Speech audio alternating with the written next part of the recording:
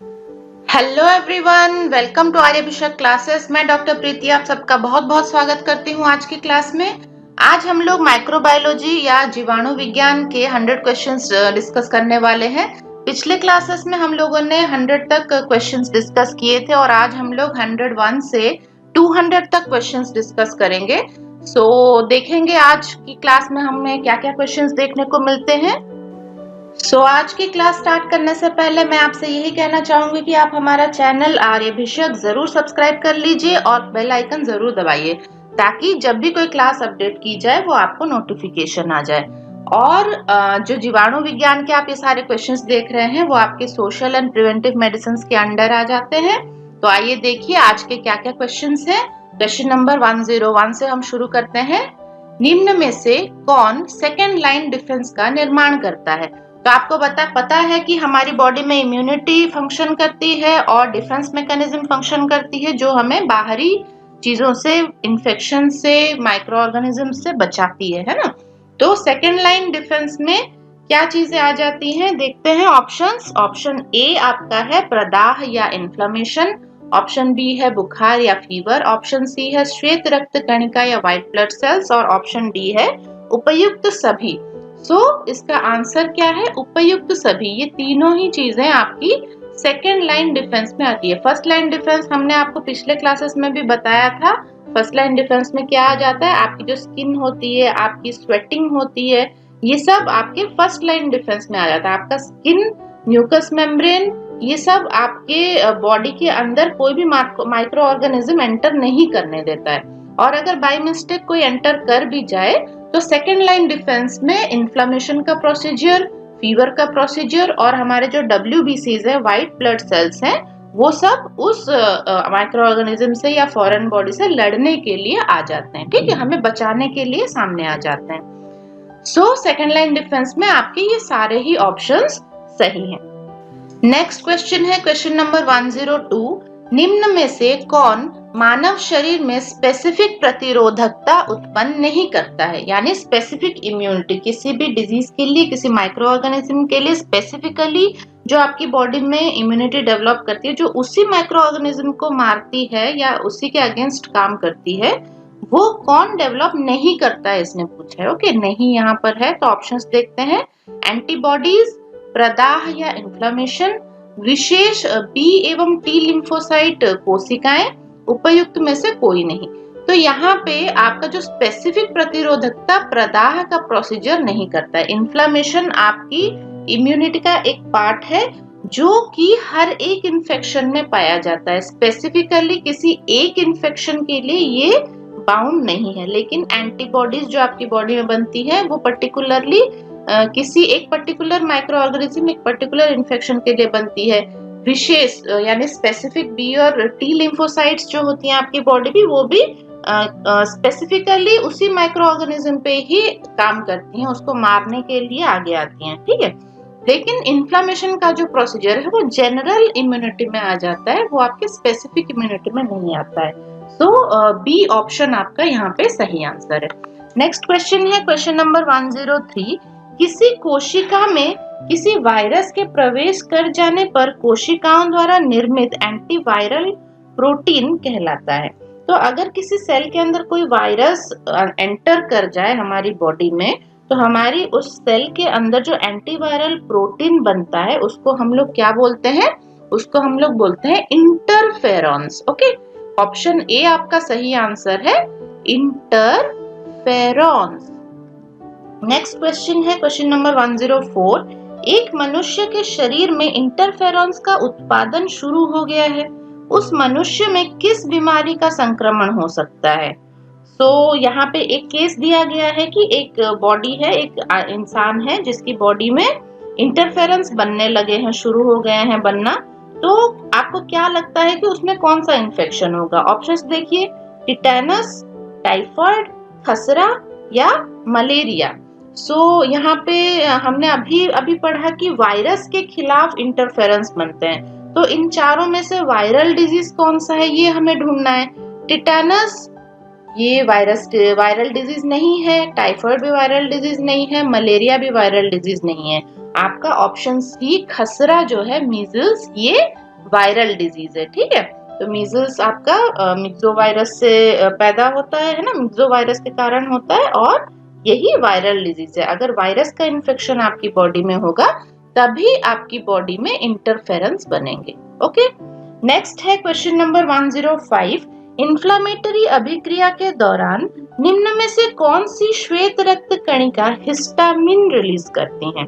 तो जब इन्फ्लामेशन होता है हमारी बॉडी में, इन्फ्लामेटरी रिएक्शंस होते हैं या सूजन जिसे हम बोलते हैं कि बॉडी की सेल में सूजन आ जाती है, तो इसके दौरान हमारी जो व्हाइट ब्लड सेल्स हैं उनमें से हिस्टामिन रिलीज होता है। ओके, हिस्टामिन एक एलर्जिक एजेंट है जो आपकी बॉडी में रिएक्शंस पैदा करते हैं उस माइक्रो ऑर्गेनिज्म के खिलाफ। ओके, तो इन्फ्लेमेशन जब होता है ये हिस्टामिनिक रिएक्शन के कारण भी हो सकता है। तो यहाँ पे देखिए कौन सा सेल है जो हिस्टामिन रिलीज करता है। ऑप्शन डी आपका सही आंसर है, बेसोफिल। सो बेसोफिल आपका हिस्टामिन रिलीज करता है। नेक्स्ट क्वेश्चन है क्वेश्चन नंबर 106। हेलमिंथेस समूह द्वारा फैले संक्रमणों में कौन से प्रकार की WBC महत्वपूर्ण कार्य अदा करती है? तो हेलमिंथेस जो होते हैं वो पैरासाइट्स होते हैं। ओके, तो पैरासाइट्स जब कोई संक्रमण करते हैं उसमें कौन सी WBC जो हमारी व्हाइट ब्लड सेल्स होती है वो बहुत टाइप की होती है। यहाँ पे आप राइट साइड में डायग्राम भी देख सकते हैं। ये ब्लड सेल्स हैं, ये हमारी RBCs हैं, एरिथ्रोसाइट जिसे बोला जाता है। ये प्लेटलेट्स हैं, जो प्लेटलेट्स क्या करती हैं, ये आपकी ब्लड क्लॉटिंग में हेल्प करती है। जब आपका हाथ कट जाता है या चोट लग जाती है तो वो खून को रोकने में, थक्के बनाने में, खून के क्लॉट्स बनाने में प्लेटलेट आपकी मदद करती है। बाकी ये जो सेल्स आप लोग देख रहे हैं, मोनोसाइट, लिम्फोसाइट, बेसोफिल, एओसिनोफिल और न्यूट्रोफिल, ये जो सेल्स हैं ये क्या कही जाती हैं? WBC या व्हाइट ब्लड सेल्स। ओके, इसका कलर आपको व्हाइट कलर होता है, ये रेड कलर का नहीं होता, व्हाइट कलर का होता है, इसलिए इसको व्हाइट ब्लड सेल्स कही जाती हैं। सो क्वेश्चन पे आ जाते हैं फिर से, हेलमिंथस या पैरासाइट्स अगर आपके संक्रमण करे बॉडी में तो कौन सी सेल है जो इस पैरासाइट से लड़ने के लिए सबसे पहले आएगी? ओके, ये आपका क्वेश्चन है। तो इसका आंसर क्या है? इसका आंसर है ऑप्शन ए, एओसिनोफिल। ये जो एओसिनोफिल आप देख रहे हैं, ये वाला सेल, ये सबसे पहले आगे आएगा लड़ने के लिए। ओके, नेक्स्ट क्वेश्चन देखते हैं 107। निम्न में से कौन से पदार्थ की प्रकृति बैक्टीरिसीडल होती है? बैक्टीरिसीडल मींस ये बैक्टीरिया को मारने की शक्ति रखती है। सो देखते हैं ऑप्शंस में क्या क्या है। त्वचा ग्रंथियों के तेल में पाए जाने वाला वसीय अम्ल, कान में पाए जाने वाला सेरुमिन, आंसुओं में पाए जाने वाला लाइसोजाइम या उपयुक्त सभी। तो मैंने कहा था हमारी बॉडी की जो सिक्रेशंस होती हैं, हमारा जो ऑयल ग्लैंड्स है, स्वेट ग्लैंड्स है, कान में सेरुमिन सिक्रेशन हो रहा है, आंखों से जो आंसू सिक्रीट हो रहे हैं उसमें लाइसोजाइम पाया जाता है। तो ये सारे ही ऑप्शन आपके सही हैं। ये इन सारों का बैक्टीरिसीडल एक्शन रहता है। ये आपके बॉडी में अगर बैक्टीरिया कोई आके इस फ्लूइड में पहुंच जाए तो ये उस बैक्टीरिया को मार सकता है। ठीक है, ये आपको वहां पे इन्फेक्शन पैदा करने नहीं देगा। ठीक, बैक्टीरिया को इन्फेक्शन पैदा करने के लिए अलाउ नहीं करेगा, ये बैक्टीरिया को मार डालेगा। तो ऑप्शन डी आपका सही आंसर है। नेक्स्ट क्वेश्चन है क्वेश्चन नंबर 108। टी लिम्फोसाइट्स द्वारा उत्पन्न होने वाली रोग प्रतिरोधक क्षमता है। तो टी लिम्फोसाइट्स हमारी बॉडी में लिम्फोसाइट्स हैं। लिम्फोसाइट्स टी लिम्फोसाइट्स होती हैं और बी लिम्फोसाइट्स होती हैं, दो तरह की होती हैं। तो टी जो लिम्फोसाइट होती है वो थाइमस सेल से बनती है। थाइमस ग्लैंड होती है हमारी बॉडी में, थाइमस ग्लैंड। तो इस थाइमस ग्लैंड से हमारी टी लिम्फोसाइट्स बनती है। ठीक, और ये जो टी लिम्फोसाइट्स हैं ये इम्यूनिटी यानी आपकी रोग प्रतिरोधक क्षमता में हेल्प करती है। अब देखिए ये किस प्रकार की इम्यूनिटी बनाती है। तो ऑप्शंस देखते हैं, ह्यूमरल या एंटीबॉडी मेडिएटेड इम्यूनिटी, सेलुलर या सेल मेडिएटेड इम्यूनिटी, उपयुक्त दोनों, या टी लिम्फोसाइट इम्यूनिटी उत्पन्न नहीं करती है। तो ऑप्शन डी तो ऑब्वियसली गलत है, ये इम्यूनिटी पक्का उत्पन्न करती है। नेक्स्ट हम लोगों का जो सही आंसर है वो क्या है, ये सेलुलर या सेल मेडिएटेड इम्यूनिटी उत्पन्न करती है। ओके, तो ये जो टी लिम्फोसाइट है, कहीं भी अगर कोई फॉरेन बॉडी या कोई माइक्रो ऑर्गेनिज्म आपकी बॉडी में घुस जाता है, ये टी लिम्फोसाइट जाके उसको डायरेक्टली मार देती है। ठीक, इसलिए ये सेलुलर लेवल पे काम करती है। ये सेल खुद वहां पे पहुंच जाती है उस फॉरेन बॉडी को, उस माइक्रो ऑर्गेनिज्म को मारने के लिए। आप लोग यहाँ पे डायग्राम में भी देख सकते हैं टी लिम्फोसाइट्स के बहुत सारे टाइप्स बताए गए हैं जो हमारे ब्लड में पाए जाते हैं। तो नेव टी सेल्स, जिनको अभी तक कुछ भी काम नहीं मिला है, वो नेव टी सेल्स कहे जाते हैं। रेगुलेटरी टी सेल्स, ये इम्यून सिस्टम को मॉड्यूलेट करते हैं, ऑटो इम्यून डिजीज से हमें बचाते हैं, ठीक है। और मेमोरी टी सेल्स, ये याद रखते हैं पैथोजन को। एक बार आपको जुकाम हुआ है, ठीक है, सेकेंड टाइम जब आपको जुकाम होगा, ये याद रखेंगे कि कौन सा वो वायरस है जिसकी वजह से आपको जुकाम हुआ। ओके, तो ये याद रखने का काम करते हैं। टी हेल्पर सेल्स क्या करते हैं, ये और लिम्फोसाइट्स को मैच्योर होने में और एक्टिवेट होने में हेल्प करते हैं। और टी किलर जो ये लिम्फोसाइट है, ये क्या करता है, ये वायरस सेल्स और ट्यूमर सेल्स को डायरेक्टली मार देता है, ये किल कर देता है, इसलिए इसका नाम टी किलर सेल रखा गया है। ओके, तो यही टी किलर सेल है। बाकी सभी का एक्शन रहता है, लेकिन मेन जो है अपना टी किलर सेल है, जो जाके आपके इम्यूनिटी में डायरेक्टली हेल्प करता है या डायरेक्टली उस पैथोजन को मार डालता है। नेक्स्ट क्वेश्चन देखिए, क्वेश्चन नंबर 109। किसी एंटीसीरा के शरीर में प्रवेश कराने के बाद उत्पन्न होने वाली इम्यूनिटी को हम लोग क्या कहेंगे? यानी कोई एंटीसीरम अगर इंजेक्शन हम ले रहे हैं तो उससे जो इम्यूनिटी हमें मिलती है उसे हम क्या कहेंगे? उसे हम कहेंगे आर्टिफिशियल पैसिव इम्यूनिटी। सो आर्टिफिशियल पैसिव इम्यूनिटी, हमारी बॉडी में ये नहीं बन रही है इसलिए आर्टिफिशियल है, और बाहर से आया है इसलिए पैसिव इम्यूनिटी है। सो एंटीसीरा आपका option D, artificial passive immunity सही आंसर है। नेक्स्ट क्वेश्चन है क्वेश्चन नंबर 110।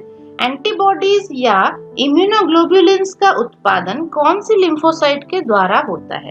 तो लिम्फोसाइट आपने अभी देखा कितने प्रकार की लिम्फोसाइट्स होती हैं, है ना? टी लिम्फोसाइट, बी लिम्फोसाइट, ये सब होती हैं। सो यहाँ पे जो क्वेश्चन है वो क्या पूछ रहा है कि एंटीबॉडीज जो हमारी बॉडी में बनती हैं और इम्यूनोग्लोबुलिन्स जो बनती हैं वो कौन सी लिम्फोसाइट से बनती हैं? तो यहाँ पे सही आंसर है बी लिम्फोसाइट। बी लिम्फोसाइट आपकी कहाँ बनती है? बोन मैरो में। Okay, bone marrow. T lymphocyte बनती है थाइमस ग्लैंड में और बी लिम्फोसाइट बनती है बोन मैरो में। ओके, तो ये बोन मैरो में जो लिम्फोसाइट बनती है ये आपकी एंटीबॉडीज प्रोड्यूस करती है और इम्यूनोग्लोबुलिन्स प्रोड्यूस करती हैं, जो आपकी इम्यून सिस्टम को स्ट्रॉन्ग बनाती है। आप लोग यहाँ पे एक डायग्राम भी देख पा रहे होंगे, इम्यूनोग्लोबुलिन्स की ये डायग्राम है जो हमारी बॉडी में पाई जाती है। IgG, IgE, IgD, IgA और IgM, ये हमारे ह्यूमन बॉडी में ये इम्यूनोग्लोबुलिन्स 5 प्रकार की पाई जाती हैं। ओके, सो नेक्स्ट क्वेश्चन भी आपका इसी के ऊपर है। क्वेश्चन नंबर 111 देखिए, मानव सीरा में निम्न में से कौन से प्रकार की इम्यूनोग्लोबुलिन पाई जाती है? तो इसमें सही आंसर कौन सा है? ऑप्शन ए आपका सही आंसर है, IgG, IgM, IgA, IgD और IgE। ओके, सो बी नहीं है। देखिए नीचे वाले ऑप्शंस में आपके बी दिया है, एफ दिया है, ये सारे इम्यूनोग्लोबुलिन्स नहीं होते हैं। ओके, तो कौन कौन से होते हैं? जी होता है, एम होता है, ए होता है, डी होता है और ई होता है। पक्का आप ध्यान से इसको याद रखिएगा ताकि आपका आंसर गलत ना हो। ओके, सो ऑप्शन ए आपका सही आंसर है। नेक्स्ट क्वेश्चन है क्वेश्चन नंबर 112। निम्न में से सबसे कॉमन प्रकार का इम्यूनोग्लोबुलिन कौन सा है? कॉमन प्रकार का मतलब जो सबसे ज्यादा प्रोड्यूस होता है हमारी बॉडी में, वो है आपका IgG। Okay, immunoglobulin G, option C आपका सही आंसर है। ये जो इम्यूनोग्लोबुलिन है ये सबसे कॉमनली प्रोड्यूस होता है हमारी बॉडी में। नेक्स्ट क्वेश्चन है क्वेश्चन नंबर 113। निम्न में से कौन सा इम्यूनोग्लोबुलिन मैक्रोग्लोबुलिन भी कहा जाता है एवं इम्यून रेस्पॉन्स शुरू करने में भाग लेता है? सो मैक्रोग्लोबुलिन इसे कहा जाता है, बड़े साइज का ये होता है। तो यहाँ पे डायग्राम में आप देख पा रहे होंगे कौन सा सेल स्ट्रक्चर आपको बड़ा दिख रहा है? Yes, obviously IgM। ये देखिए इसका स्ट्रक्चर कितना बड़ा दिख रहा है ना, कितने 5 चेन्स इसमें लगे हुए हैं। सो IgM आपका सही आंसर है। ये IgM क्या करता है? ये इम्यून रेस्पॉन्स को शुरू करने में मदद करता है। कोई पैथोजन आपके बॉडी के अंदर गया तो एक ट्रिगर होता है ना, एक जैसे स्विच जैसा है ना, स्विच आप दबाओगे तभी लाइट जलेगी, तो ये इसी तरह का स्विच जैसा काम करता है। ये एक्टिवेट होगा तब जाके बाकी सारे इम्यूनोग्लोबुलिन्स और सारे प्रोसीजर्स उस पैथोजन से लड़ने के लिए सारी एक्टिविटी शुरू हो जाएंगी। सो आपका इम्यूनोग्लोबुलिन M यहाँ पे सही आंसर है। नेक्स्ट क्वेश्चन देखिए, क्वेश्चन नंबर 114। निम्न में से कौन सा इम्यूनोग्लोबुलिन हाइपर सेंसिटिविटी अभिक्रियाओं जैसे कि एलर्जी, अस्थमा आदि में योगदान देता है? तो अगर आपको कोई एलर्जी है किसी चीज से, हाइपर सेंसिटिविटी रिएक्शंस आपकी बॉडी में हो रहे हैं, तो वहां पे आपका IgE काम करेगा। ओके, आपको किसी चीज से डस्ट एलर्जी है बहुत लोगों को, है ना, झाड़ू लगा देंगे उसके बाद छींके शुरू हो जाएंगी, तो ये डस्ट एलर्जी है। तो ये किसकी वजह से होता है? ये आपका IgE की वजह से होता है। हाइपर सेंसिटिव होते हैं कुछ लोग, तो IgE वहां पे एक्टिवेट हो जाता है और आपको छींके आने लगती है। ओके, सो IgE ऑप्शन डी आपका सही आंसर है। नेक्स्ट क्वेश्चन देखिए, क्वेश्चन नंबर 115। निम्न में से कौन सा इम्यूनोग्लोबुलिन रक्त, सीरम, लार, म्यूकस, पित्त, आंसू, कोलेस्ट्रम आदि में पाया जाता है लेकिन प्लेसेंटा को पार नहीं कर सकता है?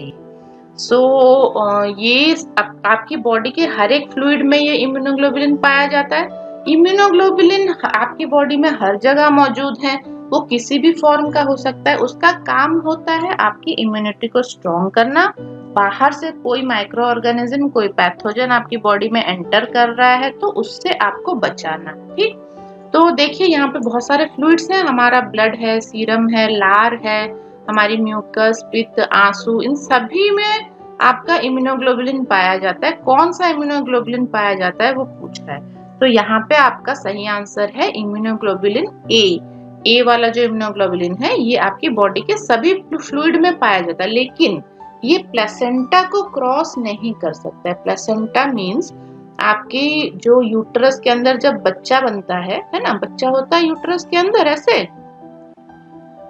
तो उसका जो पोषण कहाँ से उसको मिलता है? प्लेसेंटा या अपरा जिसको बोला जाता है, इससे उसकी नाभि नाल में कनेक्शन होता है ना, तो ये कनेक्शन से उसको खाना पानी सब कुछ मिलता है। तो यहाँ पे माँ के शरीर से जो ब्लड आता है वो प्लेसेंटा से होता हुआ बच्चे के शरीर में जाता है। माँ जो भी खाना खाती है वो बच्चे के शरीर में सारा न्यूट्रिशन पहुंच जाता है, लेकिन ये जो इम्यूनोग्लोबुलिन ए है ये उस प्लेसेंटा को क्रॉस करके बच्चे के शरीर में नहीं जा पाता है। ओके, क्योंकि प्लेसेंटल बैरियर एक मौजूद होता है जो बहुत सारी चीजों को बच्चे के अंदर अलाउ नहीं करता है। क्योंकि हम लोग बड़े हैं, हमारी बॉडी में ऐसा हो सकता है ना, हम कुछ इधर उधर की चीजें खा लें जो बच्चे के लिए सही नहीं हो, तो वो प्लेसेंटा क्या करता है? उसको छान लेता है। लेकिन यहाँ पे इम्यूनोग्लोबुलिन्स जो होती हैं वो अच्छी चीजें होती हैं, लेकिन वो भी प्लेसेंटा को क्रॉस नहीं कर सकती हैं। तो यहाँ पे सारी नहीं, इम्यूनोग्लोबुलिन ए जो है आपकी वो प्लेसेंटा को क्रॉस नहीं कर सकती है। तो यहाँ पे ये आंसर इम्यूनोग्लोबुलिन ए आप याद रखिएगा। नेक्स्ट क्वेश्चन देखते हैं, क्वेश्चन नंबर 116।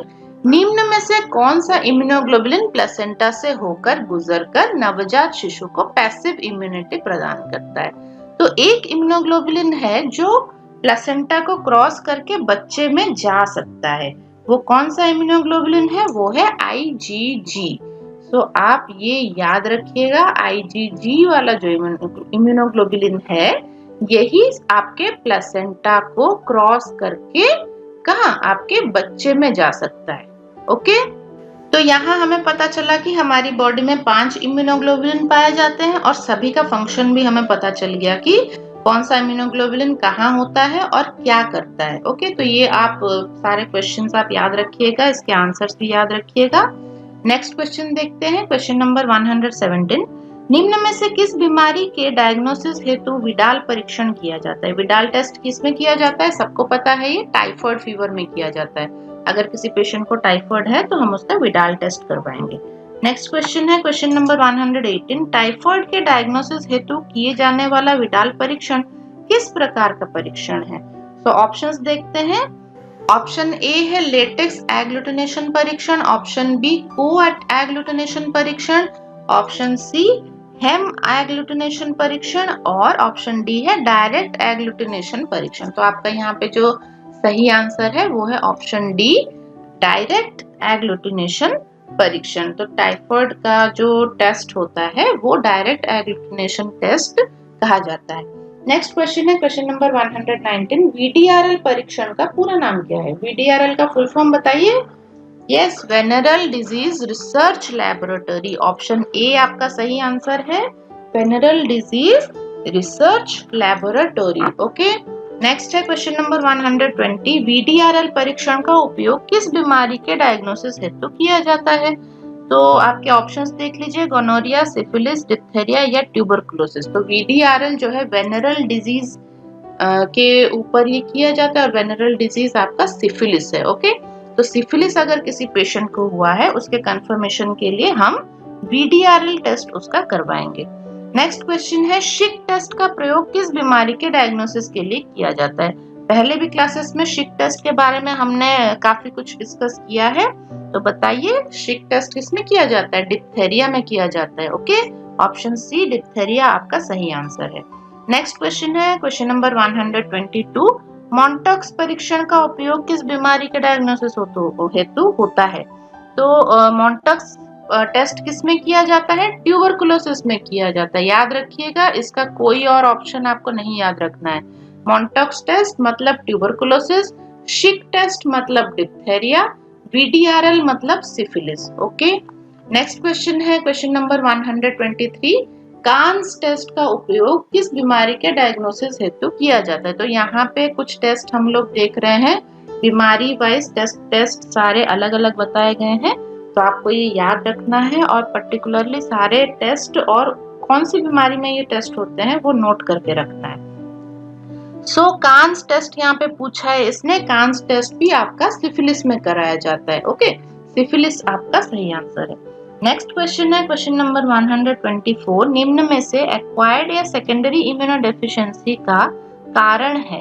तो एक्वायर्ड या सेकेंड मतलब पहले आपको इम्यूनोडेफिशिएंसी नहीं थी लेकिन बाद में आपकी इम्यूनिटी कम हो गई, इम्यूनोडेफिशिएंसी हो गई, तो कौन सी कंडीशन में ये हो सकता है? ऑप्शंस देखते हैं, कैंसर, स्टेरॉयड थेरेपी, संक्रामक बीमारी, उपयुक्त सभी। तो आपका जो ऑप्शन डी है वो सही आंसर है। इनमें से अगर कोई भी आपको हो जाए, कुछ भी कैंसर हो जाए या स्टेरॉयड थेरेपी आप ले रहे हो या कोई इन्फेक्शियस डिजीज आपको लग जाती है तो आपकी इम्यूनिटी कम हो जाएगी। ओके, पहले से नहीं हुई थी लेकिन इन डिजीजेस की वजह से आपकी इम्यूनिटी कम हो जाएगी। सो इसलिए इसी को सेकेंडरी इम्यूनोडेफिशिएंसी या एक्वायर्ड इम्यूनोडेफिशिएंसी कहा जाएगा। तो ऑप्शन डी सभी, उपयुक्त सभी आपका सही आंसर है।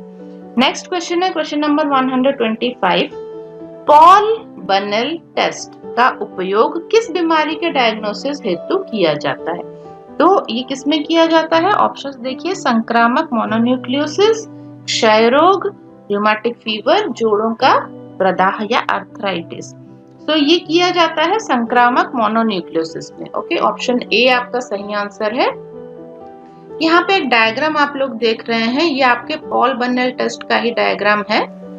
ये जो संक्रामक मोनोन्यूक्लियोसिस आप देख रहे हैं ये एक वायरस के कारण होता है, एप्स्टेन बार वायरस इसको बोलते हैं, एप्स्टेन बार वायरस। ठीक है, इसी वायरस को डिटेक्ट करने के लिए आपका ये टेस्ट कराया जाता है, पॉल बनेल टेस्ट, ये आप याद रखिएगा। ओके, सो नेक्स्ट क्वेश्चन को जाते हैं। नेक्स्ट क्वेश्चन है 126, सूक्ष्म जीवों की ग्रोथ एवं मल्टीप्लिकेशन कहलाता है। जो आपके माइक्रो ऑर्गेनिजम्स होते हैं वो जो मल्टीप्लाई करते हैं, ग्रो करते हैं, उसको क्या बोला जाता है? उसको बोला जाता है culture. So culture, option B आपका सही आंसर है। नेक्स्ट क्वेश्चन है क्वेश्चन नंबर 127, किसी सूक्ष्म जीव द्वारा मरीज के शरीर के बाहर उत्पादित किए जाने वाला पदार्थ कहलाता है। मरीज के शरीर के बाहर अगर वो कुछ पदार्थ उत्पन्न कर रहा है, वो सूक्ष्म जीव या जो माइक्रो ऑर्गेनिज्म है, तो उसको हम क्या बोलेंगे?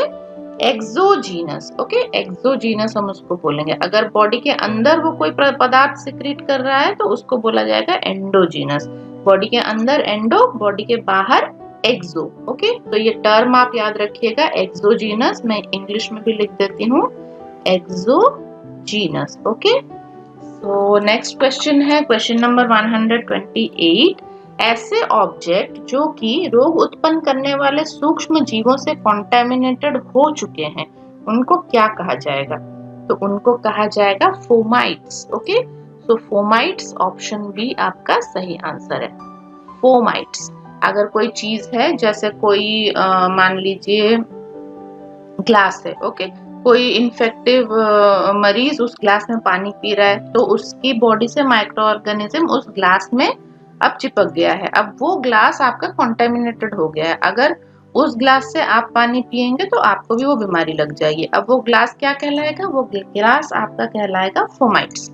नेक्स्ट देखिए क्वेश्चन जो है वो क्या है, निम्न में से कौन सा कारक माइक्रोब्स की वृद्धि को प्रभावित नहीं करता है? तो नहीं बोला है यहाँ पे, बड़े ध्यान से आपको क्वेश्चन पढ़ना है। ऑप्शंस देख लेते हैं, तापमान, नमी, अंधेरा या डिसइंफेक्शन। सो आपका जो सही आंसर है वो है अंधेरा।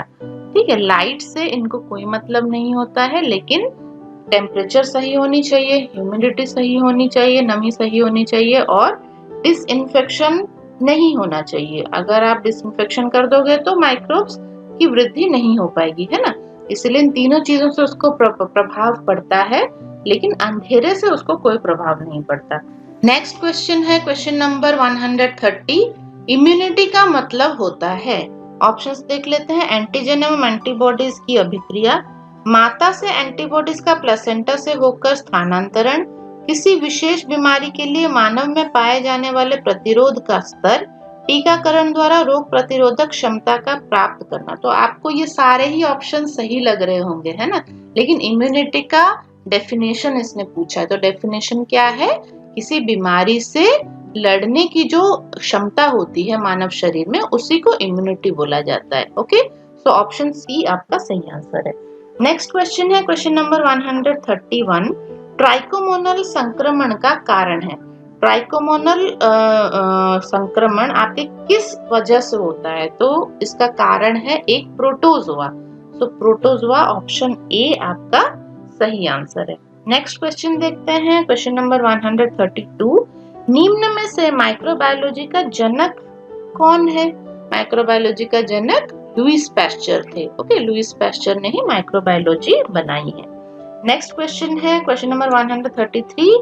यदि दो कोशिकाएं पूरी तरह एक जैसी हैं तो ये क्या कहलाती हैं? दो कोशिकाएं एकदम एक जैसी हैं, बिल्कुल सेम टू सेम, तो हम इसको बोलेंगे आइडेंटिकल। ओके, सिमिलर नहीं बोलेंगे, आइडेंटिकल बोलेंगे, बिल्कुल एक जैसी हैं। ठीक, सो ऑप्शन बी आइडेंटिकल आपका सही आंसर है।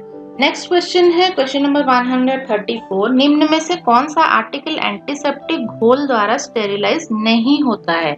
नहीं, जहां जहां नहीं लिखा है वो क्वेश्चन आपको बहुत ध्यान से पढ़ना है। तो ऑप्शंस देख लेते हैं, suction catheter, rectal tube, scissor, NG tube. तो ये एंटीसेप्टिक घोल में अगर आप इसको डाल देंगे तो ये स्टेरिलाइज नहीं होगा। कौन सा? सीजर। सीजर को आपको ऑटोक्लेव में डाल के स्टेरिलाइजेशन कराना पड़ेगा। एंटीसेप्टिक घोल में सिर्फ डालना काफी नहीं होगा, बाकी जो सारे कैथेटर और ट्यूब वगैरह है वो एंटीसेप्टिक से स्टेरिलाइज हो जाते हैं। नेक्स्ट क्वेश्चन है क्वेश्चन नंबर 135। निम्न में से कौन सी वेक्टर जनित बीमारी होती है? वेक्टर हमें पता है वेक्टर क्या है, हमने पिछले क्लास में भी डिस्कस किया था।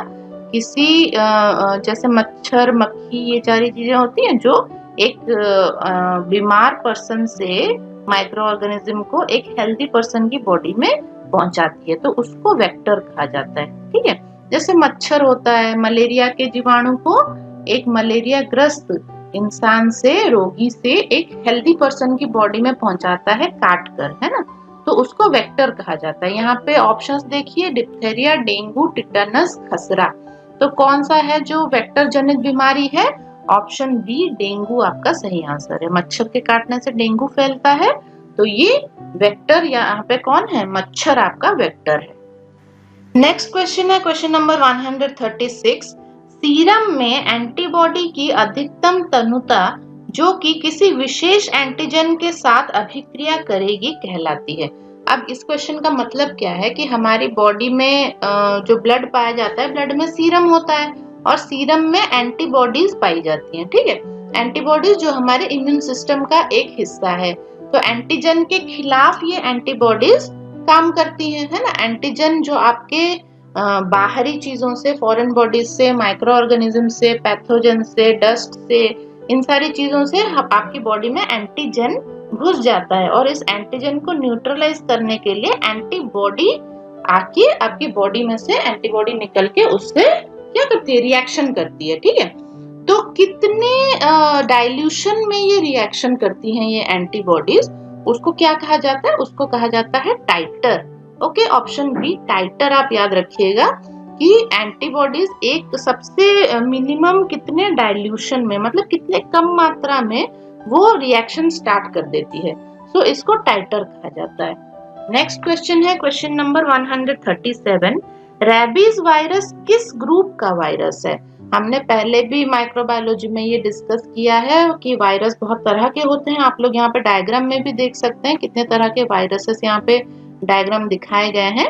तो हमारा जो रेबीज वायरस होता है, कुत्ते के काटने से रेबीज होता है जिसमें पानी से डर लगता है, ये तो आप लोगों ने याद रखा ही होगा, हमने पिछले क्लास में भी डिस्कस किया था।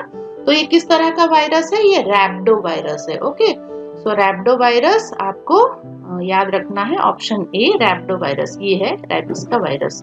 नेक्स्ट क्वेश्चन है क्वेश्चन नंबर 138।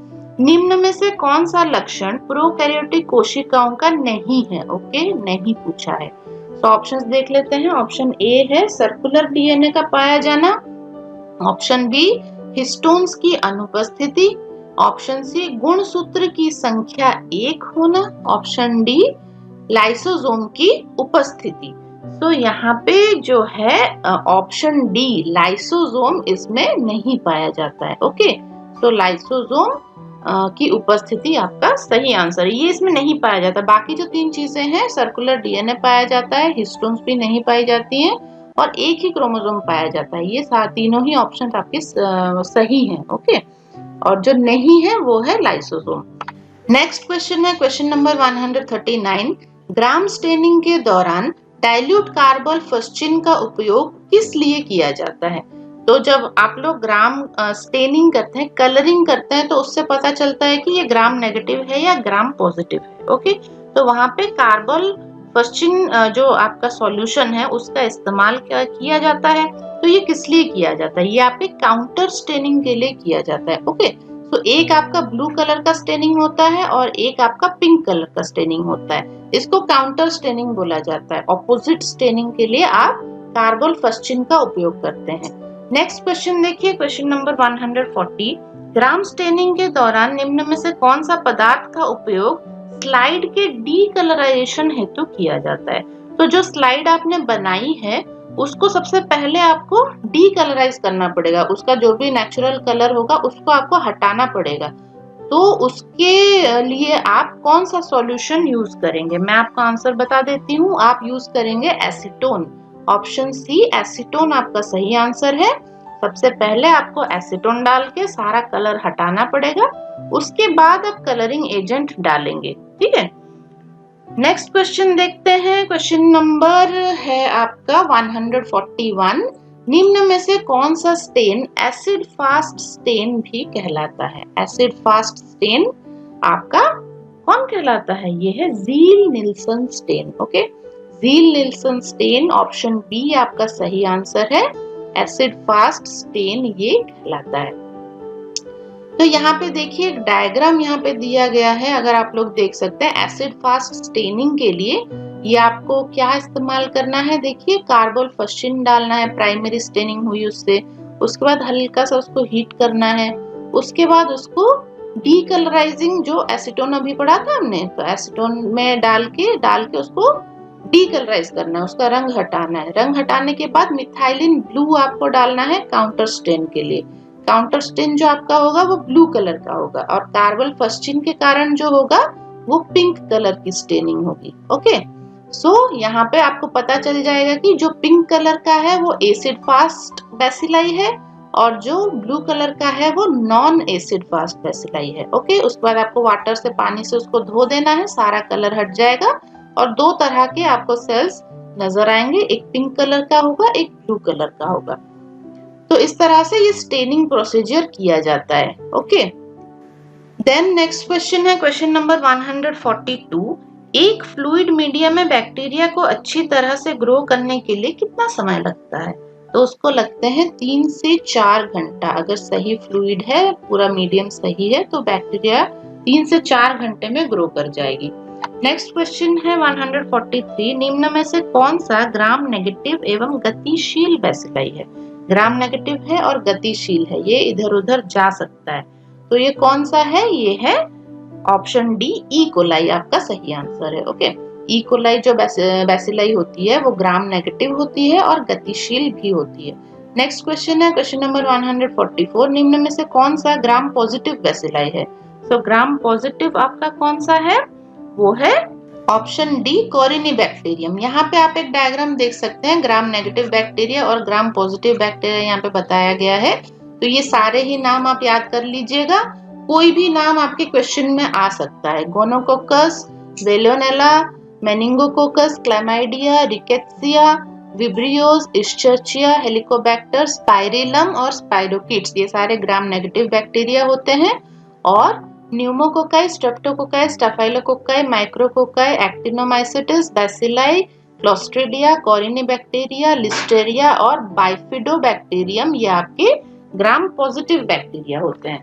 तो ये आप याद रखिएगा, ये पूरी लिस्ट यहाँ पे दी गई है। क्वेश्चन कुछ भी पूछ सकता है, यहाँ पे एक एक क्वेश्चन आया है, ई कोलाई के बारे में पूछा है और कोरिनीबैक्टीरियम के बारे में पूछा है, लेकिन आपको कोई भी क्वेश्चन आ सकता है। तो उस हिसाब से आप याद कर लीजिएगा कि ग्राम नेगेटिव बैक्टीरिया कौन कौन से हैं और ग्राम पॉजिटिव बैक्टीरिया कौन कौन से हैं। नेक्स्ट है क्वेश्चन नंबर 145, निम्न में से कौन सा ग्राम पॉजिटिव बैसिलाई नहीं है?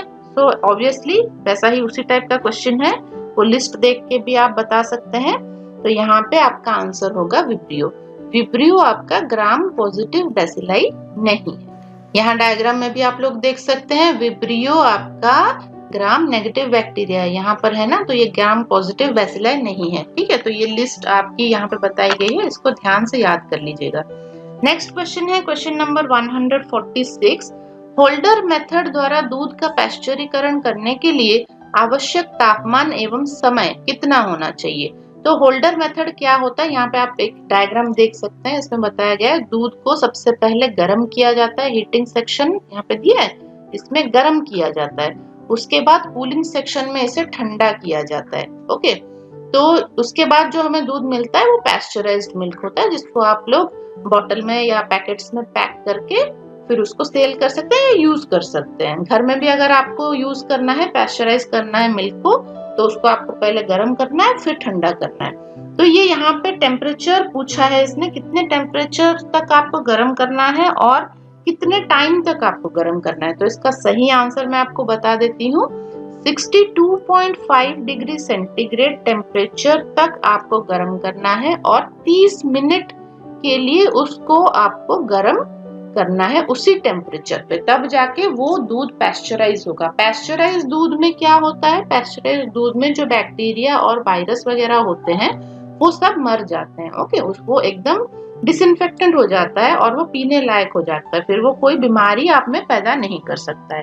तो ये टेम्परेचर 62.5 डिग्री सेंटीग्रेड और टाइम आपका है 30 मिनट्स। ये बहुत ही ध्यान से आप याद रखिएगा होल्डर मेथड में। नेक्स्ट क्वेश्चन है क्वेश्चन नंबर 147, स्टेरिलाइजेशन के लिए प्रयुक्त रसायनों में शामिल है।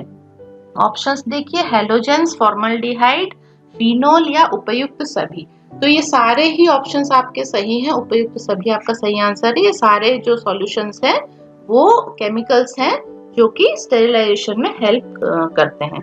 नेक्स्ट क्वेश्चन है क्वेश्चन नंबर 148, एंटीबायोटिक घोल एवं सीरा का स्टेरिलाइजेशन किस मेथड द्वारा किया जाता है? अगर एंटीबायोटिक घोल आप बना रहे हो, सीरा बना रहे हो, तो उसको आप कैसे स्टेरिलाइज करोगे? तो उसको आप फिल्ट्रेशन द्वारा स्टेरिलाइज करोगे। फिल्ट्रेशन आपका सही आंसर है, option A filtration. Next question है क्वेश्चन नंबर 149, निम्न में से कौन सा स्टेरिलाइजेशन का भौतिक मेथड नहीं है? ओके, भौतिक मेथड एक आता है, एक आता है फिजिकल मेथड, भौतिक मतलब फिजिकल मेथड, और एक आता है केमिकल मेथड। ओके, सो मॉइस्ट हीट, फिल्ट्रेशन, रेडिएशन या ऑक्सीडाइजिंग एजेंट्स। तो आपके फिजिकल मेथड में मॉइस्ट हीट, फिल्ट्रेशन और रेडिएशन आ जाता है, लेकिन आपका जो ऑक्सीडाइजिंग एजेंट है वो आपके भौतिक मेथड में नहीं आता है, इसने नहीं पूछा है ना, इसलिए हम नहीं वाला लगाएंगे। ऑप्शन डी आपका सही आंसर है। नेक्स्ट क्वेश्चन है क्वेश्चन नंबर 150। सूर्य के प्रकाश में जीवाणुओं को मारने की क्षमता किस तत्व की उपस्थिति के कारण पाई जाती है? हमें पता है सूरज की जो किरणें होती हैं वो एंटीबायोटिक होती हैं, वो हमारे बॉडी में अगर कोई बैक्टीरिया है, कोई जीवाणु है तो उसको मारने की क्षमता रखती है। लेकिन कौन सी किरणें होती हैं जिसमें ये क्षमता पाई जाती है? ऑप्शंस देखिए, गामा किरणें, पराबैंगनी किरणें, रसायन या ताप।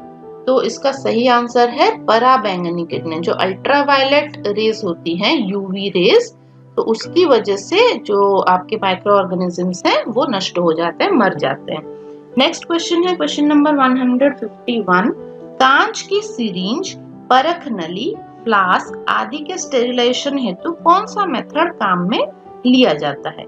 ऑप्शंस देख लीजिए, red heat, hot air oven, boiling या इंसिनरेशन। तो यहाँ पे हमें हॉट एयर ओवन यूज करना है। हॉट एयर ओवन एक ओवन की तरह होता है, उसके अंदर गर्म हवा चलाई जाती है जिसमें उन कांच की चीजों में जो आपके माइक्रो ऑर्गेनिजम्स हैं वो नष्ट हो जाते हैं। ओके, हॉट एयर ओवन आपका सही आंसर है। नेक्स्ट क्वेश्चन है क्वेश्चन नंबर 152। प्रभावशाली स्टेरिलाइजेशन हेतु ऑटोक्लेव का तापमान एवं कांटेक्ट टाइम कितना होना चाहिए? तो ये आप सबको पता है, आपका जो टेम्परेचर ऑटोक्लेव का कितना सेट करना है, 121 डिग्री सेंटीग्रेड पे आपको सेट करना है और 30 मिनट तक आपको चीजों को स्टेरिलाइज करना है। ओके, 30 मिनट तक आपको 121 डिग्री सेंटीग्रेड मेंटेन करके रखना है। तो ऑप्शन ए आपका सही आंसर है। नेक्स्ट क्वेश्चन है क्वेश्चन नंबर 153। पराबैंगनी लैंप का उपयोग है, अल्ट्रावायलेट जो लैंप आती है उसका क्या उपयोग हो सकता है? तो देखिए ऑप्शंस क्या क्या हैं, जीवों को मारना, वैक्सीन का निर्माण करना, वायु जनित संक्रमण को रोकना या उपयुक्त सभी। तो उपयुक्त सभी इसका सही आंसर है। तीनों ही काम ये करती है अल्ट्रावायलेट लैंप, यूवी लैंप बोला जाता है इसको, अल्ट्रावायलेट लैंप। नेक्स्ट क्वेश्चन है question number 154। Heart lung machine का स्टेरिलाइजेशन किस विधि से किया जाता है? तो हार्ट लंग मशीन जो होती है वो आपके एथिलीन ऑक्साइड से स्टेरिलाइज की जाती है। सो एथिलीन ऑक्साइड आप याद रखिएगा, ये केमिकल यूज किया जाता है उस मशीन को स्टेरिलाइज करने के लिए। नेक्स्ट क्वेश्चन है 155। कल्चर मीडिया कंटेनिंग शुगर्स का स्टेरिलाइजेशन किस विधि से किया जाता है? जो कल्चर मीडिया क्या होता है जिसमें हम लोग पैथोजेंस को ग्रो कराते हैं, है ना, तो उसमें कुछ कल्चर मीडिया में शुगर पाया जाता है, चीनी डाली जाती है आपके माइक्रो ऑर्गेनिज्म को ग्रो कराने के लिए, न्यूट्रिशन देने के लिए। तो उस कल्चर मीडिया का स्टेरिलाइजेशन कैसे होता है?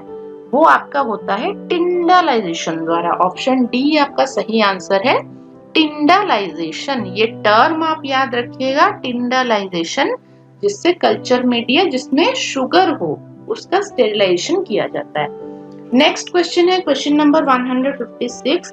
ऑपरेशन थिएटर का स्टेरिलाइजेशन किस विधि द्वारा किया जाता है? तो ओटी में अगर कभी आपने काम किया हो तो आपको ये पता होना चाहिए कि उस ओटी का मतलब उस कमरे का स्टेरिलाइजेशन कैसे होता है। तो ये आपका होता है पराबैंगनी विकिरण, यानी यूवी रेज से इसका स्टेरिलाइजेशन होता है, पूरा रूम का स्टेरिलाइजेशन होता है। नेक्स्ट क्वेश्चन है क्वेश्चन नंबर 157। टिटेनस का ट्रांसमिशन कैसे होता है? टिटेनस जो होती है वो आप सबको पता है कि जब चोट लग जाती है किसी इन्फेक्टेड चीज से तो आपको टिटेनस हो सकती है ना, तो इस प्रोसीजर को इनोक्यूलेशन कहा जाता है। इनोक्यूलेशन द्वारा टिटेनस ट्रांसमिट हो सकता है। नेक्स्ट क्वेश्चन है क्वेश्चन नंबर 158। अस्पताल में मानव के शरीर के अंग, घाव से हटाई गई रक्त एवं मवाद से सनी पट्टियां आदि किस रंग के बैग में डाली जाती हैं? तो ये डाली जाती हैं पीले रंग के बैग में। ओके, तो यहाँ पे आप लोग देख सकते हैं ये जो पीले रंग का आपका बैग दिख रहा है, इसमें देखिए body fluid contaminate paper cloth लिखा है, तो ये आपके पीले रंग के बैग में जाएगी। ओके, नेक्स्ट है क्वेश्चन नंबर 159।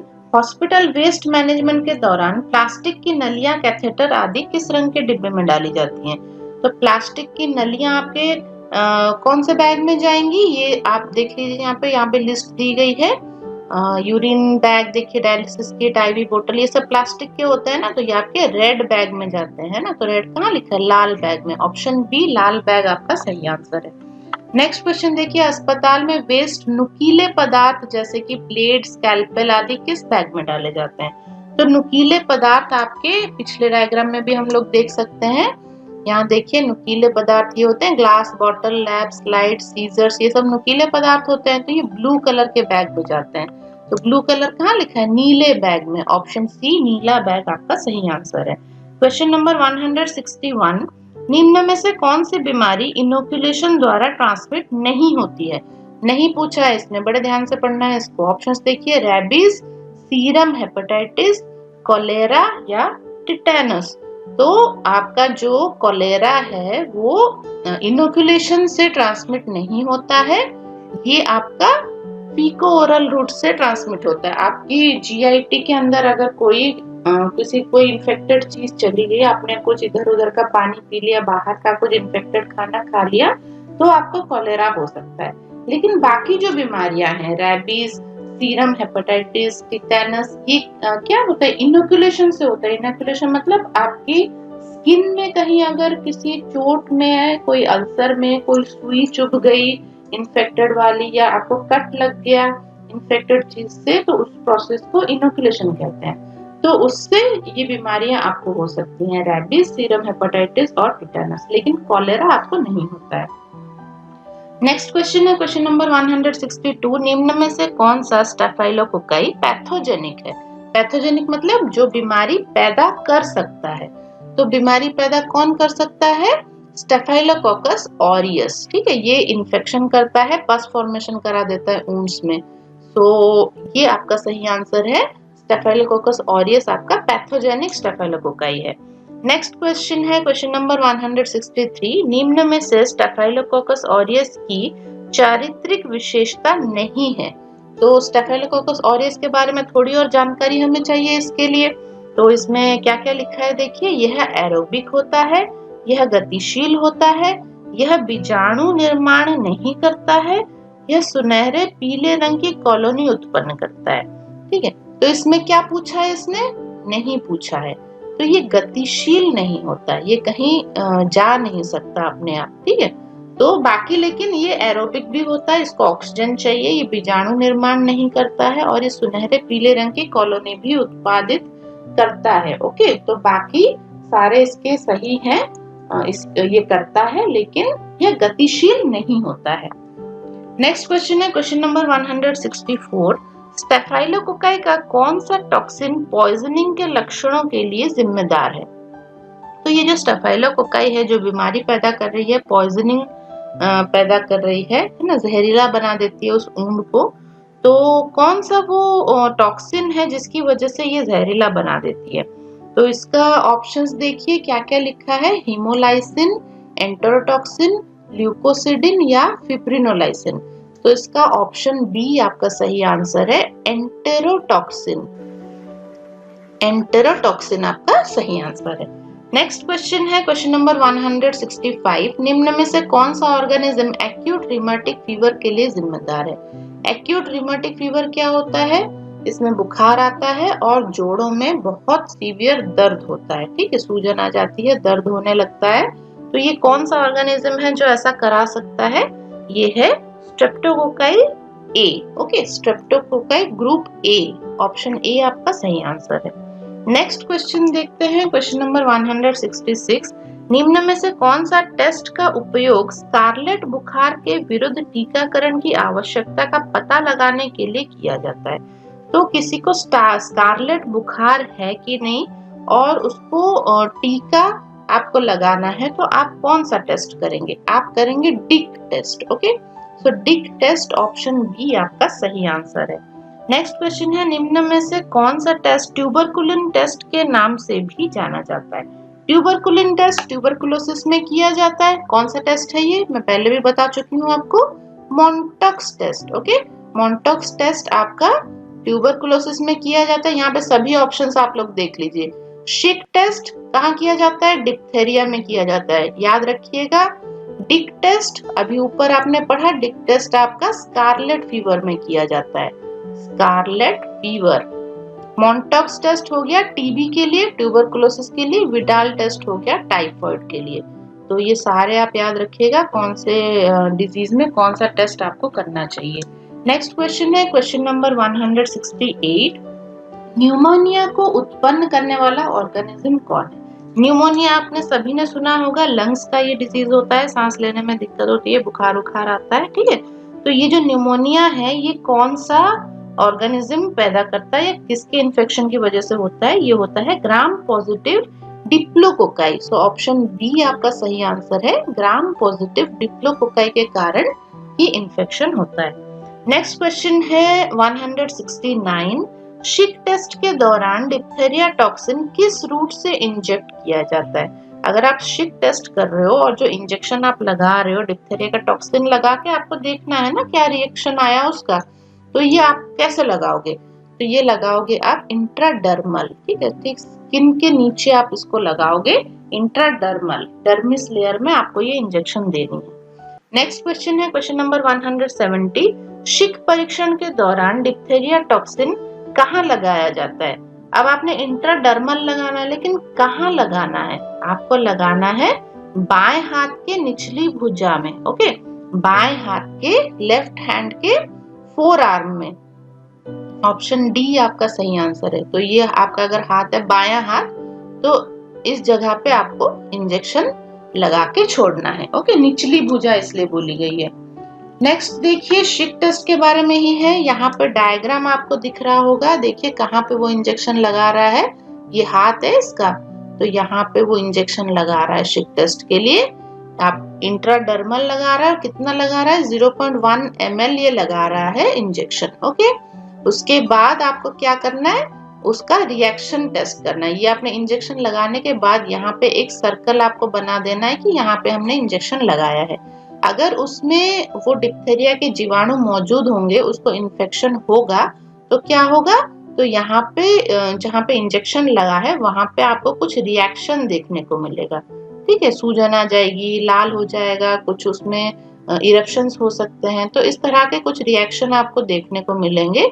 अगर रिएक्शन आ रहा है मतलब शिक टेस्ट पॉजिटिव है, उस बंदे में डिप्थेरिया के जीवाणु मौजूद हैं, उसको डिप्थेरिया की बीमारी है। अगर कोई रिएक्शन नहीं हो रहा है तो वो शिक टेस्ट नेगेटिव है, ओके।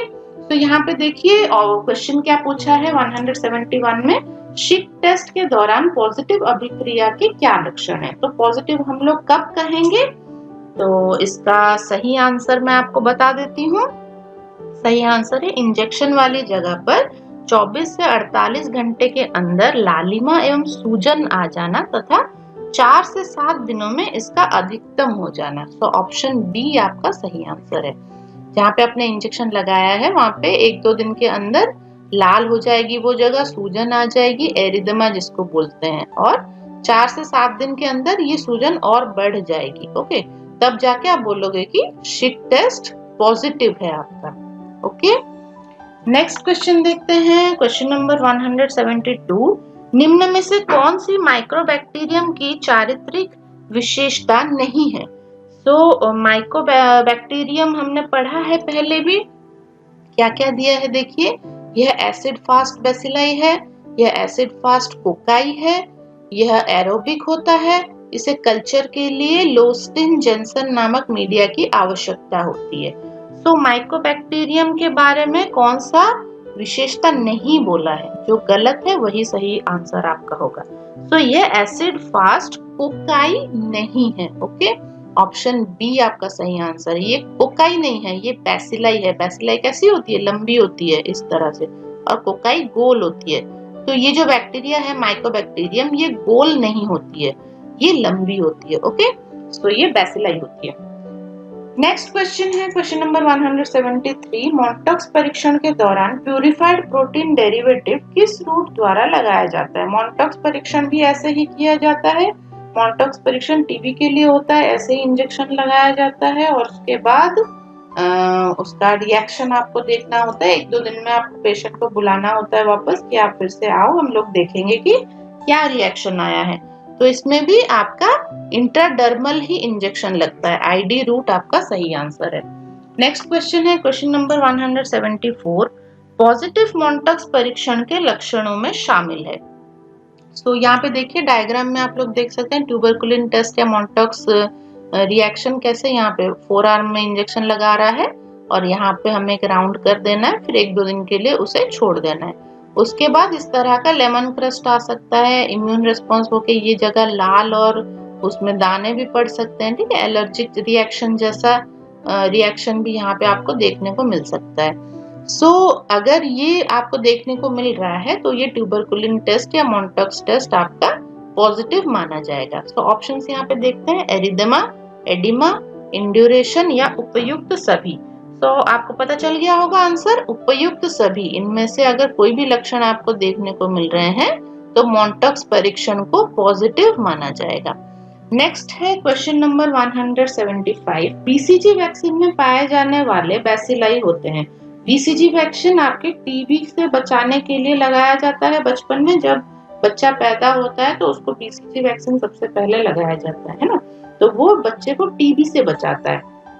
अब वो जो बीसीजी वैक्सीन है उसमें कौन सी बैसिलाई पाई जाती है, तो ये इसका सही आंसर है ऑप्शन बी, जीवित अवायरुलेंट। ओके, अवायरुलेंट मतलब वो ज्यादा तेजी से नहीं फैलती है और थोड़ी जीवित होती है। ये आपकी या उस बच्चे के बॉडी में इम्यूनिटी पैदा करती है, एंटीबॉडीज पैदा कर देती हैं, ताकि आगे चल के अगर ट्यूबरकुलोसिस का बैक्टीरिया उसके शरीर में घुस जाए तो वो बीमारी पैदा ना कर पाए। इसलिए बीसीजी वैक्सीन बच्चों को लगाना बहुत जरूरी होता है।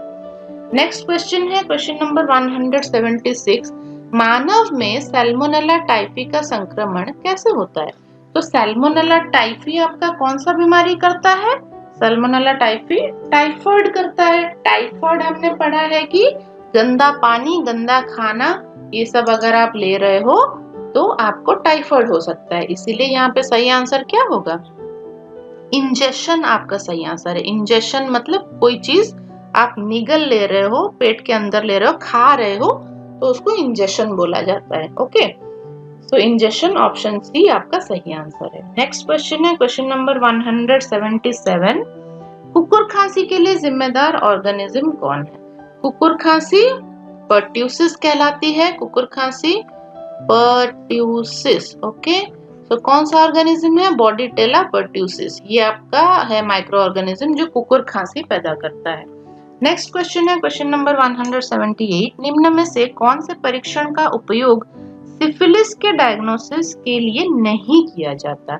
देखिए बहुत ध्यान से आपको क्वेश्चन पढ़ना है, नहीं पूछा है इसने।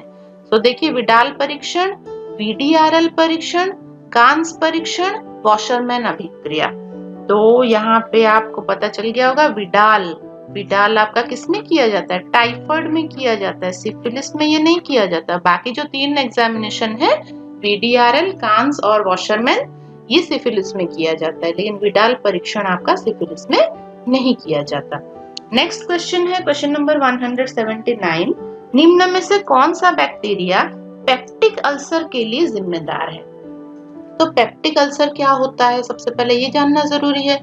तो हमारी जो स्टोमक है इस तरह से होती है ना, इस तरह से ना, ये पाइप। ओके, ये स्टोमक है, यहाँ से फिर आपका डियोडेनम स्टार्ट हो जाता है। गैस्ट्रिक अल्सर और डियोडेनल अल्सर जब साथ में पैदा होते हैं उसको पेप्टिक अल्सर बोला जाता है। Gastric ulcer means stomach region में लेसर कर्वेचर हो सकता है, ग्रेटर कर्वेचर, कहीं पर भी अगर अल्सरेशन हो जाए उसको गैस्ट्रिक अल्सर बोलते हैं। और यहाँ जो आपका एंट्रम, पाइलोरिक एंट्रम होता है, जहां से आपका डियोडेनल स्टार्ट होता है, डियोडेनम, वहां पे अगर अल्सर हो जाए तो उसको पेप्टिक अल्सर बोला जाता है। ओके, आई मीन डियोडेनल अल्सर बोला जाता है। और ये दोनों कंडीशन जहां पे पैदा हो जाए उसको पेप्टिक अल्सर बोला जाता है।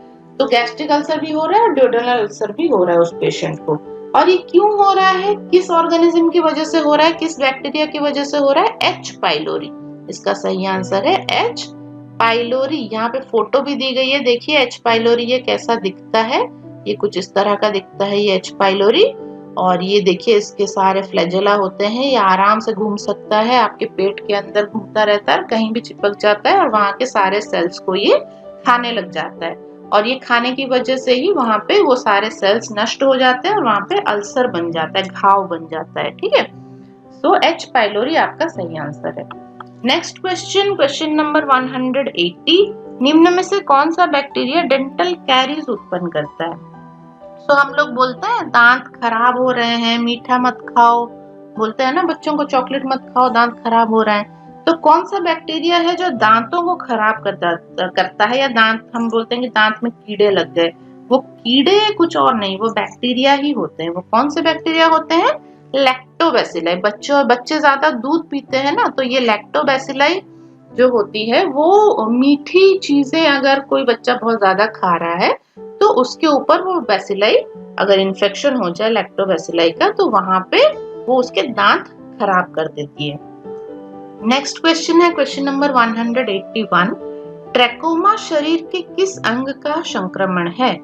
तो ट्रैकोमा आपकी आंख का संक्रमण है। यहाँ पे आप एक फोटो भी देख पा रहे होंगे, आंख की ये जो आपकी आईलिड्स होती हैं, आईलिड्स के नीचे यहाँ पे देखिए ये सब दाने दाने आपको नजर आ रहे होंगे सफेद कलर के। इस कंडीशन को ट्रैकोमा कहा जाता है। यहाँ पे सूजन आ जाती है, दाने बन जाते हैं और ये रेड कलर का, पिंक कलर का पूरा हो जाता है सूजन के कारण। तो ये कंडीशन ट्रैकोमा कहलाती है। नेक्स्ट क्वेश्चन है क्वेश्चन नंबर 182, निम्न में से कौन सा कथन वायरस के चारित्रिक विशेषता में शामिल नहीं है? पूछा है। नहीं, बहुत ध्यान से देखिए, नहीं बोला है इसने। तो हम लोग ऑप्शंस पढ़ लेते हैं एक बार। इसमें आरएनए व डीएनए दोनों पाए जाते हैं, इसमें कोशिकीय संगठन नहीं पाया जाता है, ये एंटीबायोटिक से अप्रभावित रहते हैं, ये इंटरफेरन के प्रति संवेदनशील होते हैं। तो यहाँ पे जो ऑप्शन आपका है इसमें आरएनए और डीएनए दोनों पाया जाता है, ये आपका गलत है। ओके, सो ये नहीं है, या तो आरएनए पाया जाएगा या डीएनए पाया जाएगा, दोनों नहीं पाए जाएंगे। और बाकी जो ऑप्शन है वो आपके वायरस के लिए सही है। सो ये ऑप्शन ए आपका सही आंसर है, क्योंकि इसने नहीं पूछा है।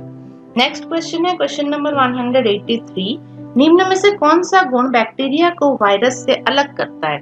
सो बैक्टीरिया और वायरस में क्या डिफरेंस है? ऑप्शंस देखते हैं।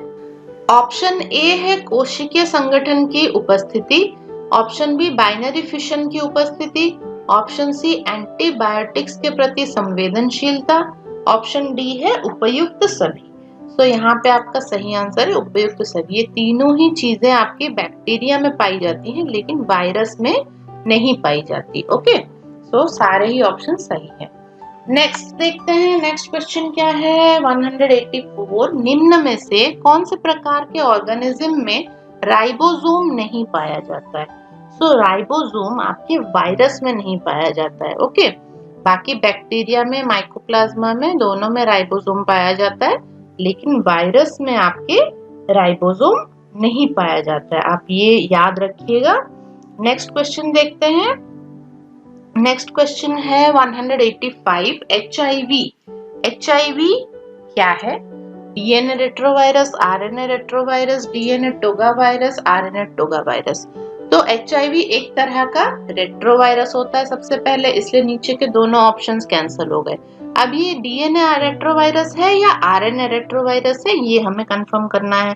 तो ये है आरएनए रेट्रोवायरस। ऑप्शन बी आपका सही आंसर है, आरएनए रेट्रोवायरस ये होता है। ओके, सो आप ये याद रखिएगा। नेक्स्ट है क्वेश्चन नंबर 186, निम्न में से एचआईवी का अद्वितीय मॉर्फोलॉजिक लक्षण है? तो इसके क्या लक्षण है? देखिए, इसका वायरियन ईटाकार होता है, इसके परिपक्व वायरियन में सिलेंडर नुमा न्यूक्लियड पाया जाता है, ये इसका सही है। ठीक है, इसके जो परिपक्व वायरियन में सिलेंडर नुमा न्यूक्लियड पाया जाता है। यहाँ पे डायग्राम में भी आप लोग देख सकते हैं, ये जो न्यूक्लियन इसका है, ये वाला पोर्शन, ये सिलेंडर की तरह दिखता है। ओके, तो इसीलिए ये आपका ऑप्शन बी सही आंसर है। नेक्स्ट क्वेश्चन है क्वेश्चन नंबर 187, निम्न में से कौन सा वायरस सामान्यतया पेरेंटरल मार्ग द्वारा ट्रांसमिट नहीं होता है? पेरेंटरल मतलब खून, अगर खून से कांटेक्ट हो रहा है उसको पेरेंटरल मार्ग बोला जाता है। तो ऑप्शंस देखिए, hepatitis B, hepatitis C, HIV और खसरे का वायरस। तो हेपेटाइटिस बी, सी और एचआईवी ये तीनों ही डायरेक्ट ब्लड कांटेक्ट की वजह से फैलते हैं, लेकिन खसरे का जो वायरस है वो ब्लड कांटेक्ट की वजह से नहीं फैलता है, ट्रांसमिट नहीं होता है पूछा है ना, तो बहुत ध्यान से पढ़िए क्वेश्चन और उसके बाद बताइए। ठीक, खसरे का जो वायरस है वो आपके ब्लड मार्ग से या पेरेंटल मार्ग से ट्रांसमिट नहीं होता है। पेरेंटल में जो आप इंजेक्शन लगाते हैं ना ब्लड में डायरेक्टली, उसको भी आप पेरेंटल रूट बोल सकते हैं। नेक्स्ट देखते हैं क्वेश्चन नंबर 188। चिकन पॉक्स फैलाने वाले वायरस का नाम बताइए। चिकन पॉक्स कौन फैलाता है? Varicella zoster. नाम याद रखिएगा ये सारे, ठीक है। कौन सा वायरस कौन सा डिजीज पैदा करता है? वेरिसेला जोस्टर आपका सही आंसर है। इन्फ्लुएंजा वायरस है एक, तो इन्फ्लुएंजा जो वायरस करता है वो क्या है, वो किस तरह का वायरस है? वो है orthomyxo virus. Okay, orthomyxo virus याद रखिएगा। इन्फ्लुएंजा करने वाला वायरस जो है वो ऑर्थोमिक्सो वायरस होता है। नेक्स्ट क्वेश्चन है क्वेश्चन नंबर 190। निम्न में से कौन से प्रकार के ऑर्गेनिज्म इंटरफेरन के प्रति संवेदनशील होते हैं? यस, ऑब्वियसली ये वायरस है, हमने पढ़ा था इसको भी। तो इंटरफेरेंस अगर आपकी बॉडी में पैदा हो रहे हैं तो वायरस उस पे रिएक्ट करेगा। ओके, नेक्स्ट है क्वेश्चन नंबर 191। राइव्स पोस्टुलेट्स किसकी व्याख्या करता है? ये राइव्स पोस्टुलेट क्या है? अब देखिए, ऑप्शन ए आपका जो लिखा है वो सही आंसर है। किसी बीमारी में वायरस के कॉजेटिव रोल को एस्टैब्लिश करने वाले नियमों का समूह। तो ये जो राइव्स पोस्टुलेट है इसमें कुछ नियम बनाए गए हैं, कुछ नियम लिखे गए हैं जो ये बताते हैं कि ये जो बीमारी हुई है वो एक वायरस की वजह से हुई है। ठीक है, तो ये जो नियम है इन नियमों को राइव्स पोस्टुलेट कहा जाता है। नेक्स्ट क्वेश्चन है क्वेश्चन नंबर 192। निम्न में से कौन सा डीएनए वायरस है? तो डीएनए वायरस कौन सा है आपका? Pox virus. पॉक्स वायरस जो होता है वो डीएनए वायरस होता है। ओके, याद रखिएगा ये पॉइंट। नेक्स्ट है क्वेश्चन नंबर 193। निम्न में से कौन सा आरएनए वायरस नहीं है? नहीं है पूछा है इसने। ओके, तो आरएनए वायरस कौन सा नहीं है? हर्पिस वायरस आपका आरएनए वायरस नहीं है। तो ऑप्शन डी आपका सही आंसर है। नेक्स्ट क्वेश्चन है क्वेश्चन नंबर 194। निम्न में से डीएनए वायरस है, डीएनए वायरस कौन सा है? अभी थोड़ी देर पहले हमने पढ़ा था कि पॉक्स वायरस डीएनए वायरस है। अब देख लीजिए यहाँ पे ऑप्शंस में क्या क्या है। Pox virus, adeno virus, papova virus या उपयुक्त सभी। तो उपयुक्त सभी आपका सही आंसर है। तीनों ही डीएनए वायरस है। यहाँ पे आप लोग एक डायग्राम देख सकते हैं वायरस का कि डीएनए वायरस कैसा दिखता है और आरएनए वायरस कैसा दिखता है। ओके, तो यहाँ पे देखिए ये बैक्टीरियोफेज, ये वाला जो है पहला वाला पिक्चर, ये देखिए किस तरह का है, ये आपका डीएनए वायरस है। ओके, और सेकेंड वाला जो पिक्चर है इसको देखिए, ये आपका आरएनए वायरस है। तो जो स्ट्रक्चर हम लोग वायरस के देखते हैं अलग अलग तरह के, उसमें आप उसका स्ट्रक्चर देख के बता सकते हो कि वो डीएनए वायरस है या आरएनए वायरस है। ओके, सो नेक्स्ट क्वेश्चन पे हम चलते हैं। नेक्स्ट क्वेश्चन है 195। पोलियो वायरस का पृथक्करण किस स्पेसिमेन से किया जाता है? तो पोलियो अगर किसी पेशेंट को है, कोई पोलियो का बीमार आदमी आपके पास आता है तो उसका आप टेस्ट करेंगे। तो कौन सा आप लेंगे, क्या चीज लेंगे जिससे कि आप पोलियो वायरस को अलग कर सके?